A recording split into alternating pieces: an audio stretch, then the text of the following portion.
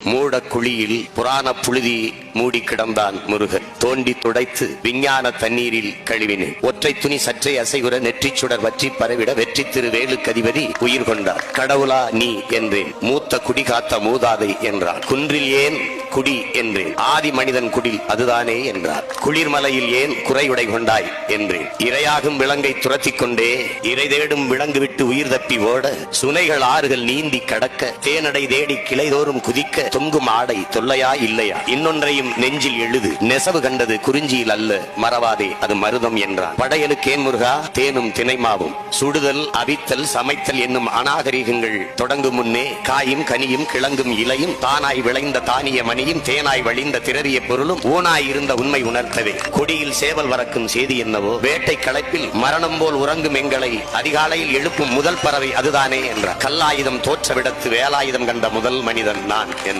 வேலின் தொழில்கள் விளம்பக்கேன். வேட்டை காட்டில் வெற்றி தந்ததும் வேளாண்மைக்கு காவல் தந்ததும் மடவார் தம்மின் மானம் காத்ததும் மாற்றார் வெருட்டி மண்புலம் காத்ததும் முன்னோடிகளை விளங்குண்ணாமல் அன்னால் காத்து ஆயுதமானதும் கைவேல் கைவேல் கைவேல் தானடா. கைவேல் இல்லையே நீ நான் ஏதடா. தாத்தா என்றேன் நான் பேரனே என்றான் முருகன். இருவர் தள்ளுவல் இறுக்கத்தில் நொறுங்கி சிதறி கிடந்தன நூற்றாண்டின் துகள்கள். கைவேல் கைவேல் கைவேல் தானடா. கைவேல் இல்லையே நீ நான் ஏதடா.